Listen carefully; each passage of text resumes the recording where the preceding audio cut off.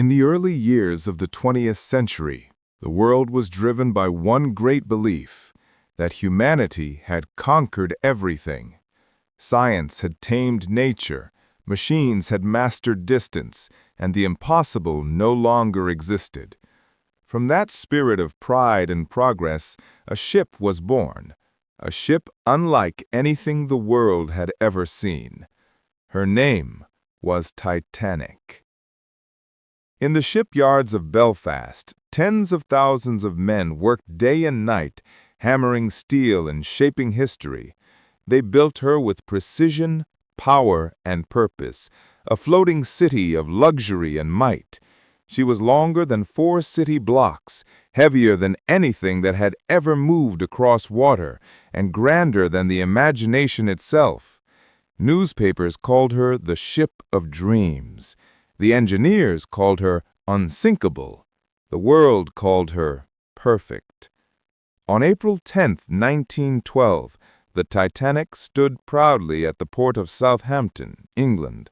Her 4 giant funnels towered into the gray morning sky as steam hissed and flags waved. The crowd cheered. The air smelled of coal smoke and salt. As her horn bellowed across the harbor, thousands waved their final goodbyes, not knowing it would be forever. On board were more than 2,000 souls, the rich, the poor, the powerful, and the hopeful. In first class, the wealthiest men and women on earth enjoyed a world of crystal chandeliers, French wine, and silver spoons. They dined beneath carved ceilings and danced to live orchestras. To them, the Titanic was not a ship, it was an empire of comfort. Below them, in the third-class cabins, life was humbler but filled with joy. Families from Ireland, Norway, and Italy laughed, sang, and dreamed of new beginnings in America. For them, this voyage was not about luxury, it was about hope. For 4 beautiful days, the Titanic glided across the Atlantic like a queen over calm water.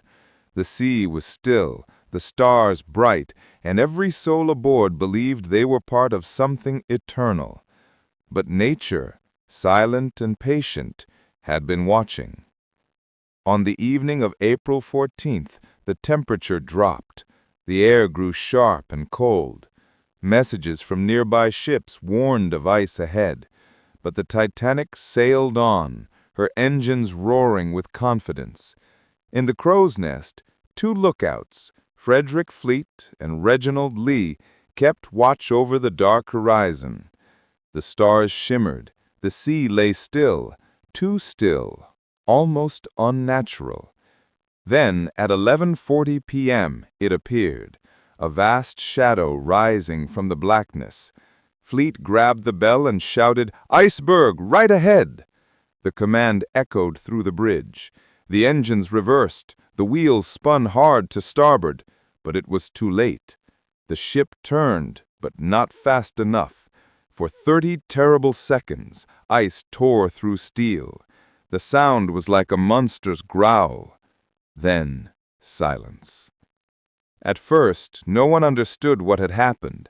In first class, a faint vibration was felt, nothing more.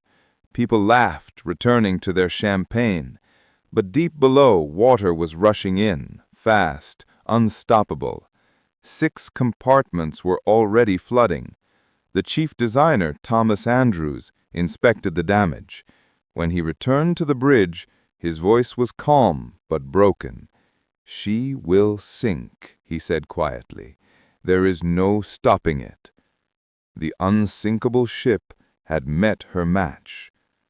Captain Edward Smith gave the order to prepare the lifeboats, but there were not enough, only 20 for more than 2,000 people. Some officers hesitated, not believing the ship was doomed. Others followed orders blindly. Confusion spread like fire. Passengers, half-dressed, stumbled onto the freezing decks, faces pale with disbelief. As the Titanic's bow began to dip, her band gathered on deck. They played music to calm the crowd, soft and gentle, the sound of courage in the face of death.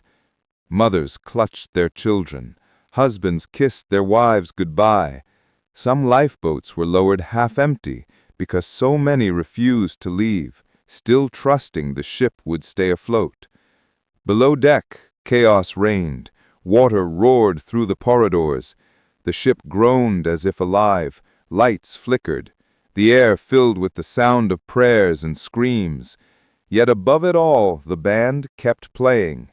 Their final song, it said, was, "Nearer, my God, to Thee." By 2 a.m., the Titanic was dying. Her stern lifted high into the air, pointing toward the stars. The ocean swallowed her bow. People clung to railings, screaming names that vanished into the night. Then, with a thunderous crack, the great ship broke in two. The lights went out. Darkness fell completely. At 2:20 a.m., the unsinkable Titanic disappeared beneath the icy waves, carrying more than 1,500 souls to the bottom of the North Atlantic. The sea was calm again, silent, endless, eternal. Hours later, the survivors, shivering, speechless, drifting in small lifeboats, watched the dawn break over an empty horizon. The Carpathia appeared at sunrise, pulling the living from the sea. Many never spoke of that night again. They had seen humanity's pride meet its punishment. When news reached the world, shock turned to sorrow. How could such a masterpiece, such a symbol of human achievement, be destroyed by a block of ice? But the truth was simple. The Titanic's greatest flaw was not in her design, but in her belief that she could not fail. In the months that followed, investigations revealed the arrogance, the mistakes, the blindness that led to disaster, and the world learned the painful lesson that nature will always have the final word. Decades passed.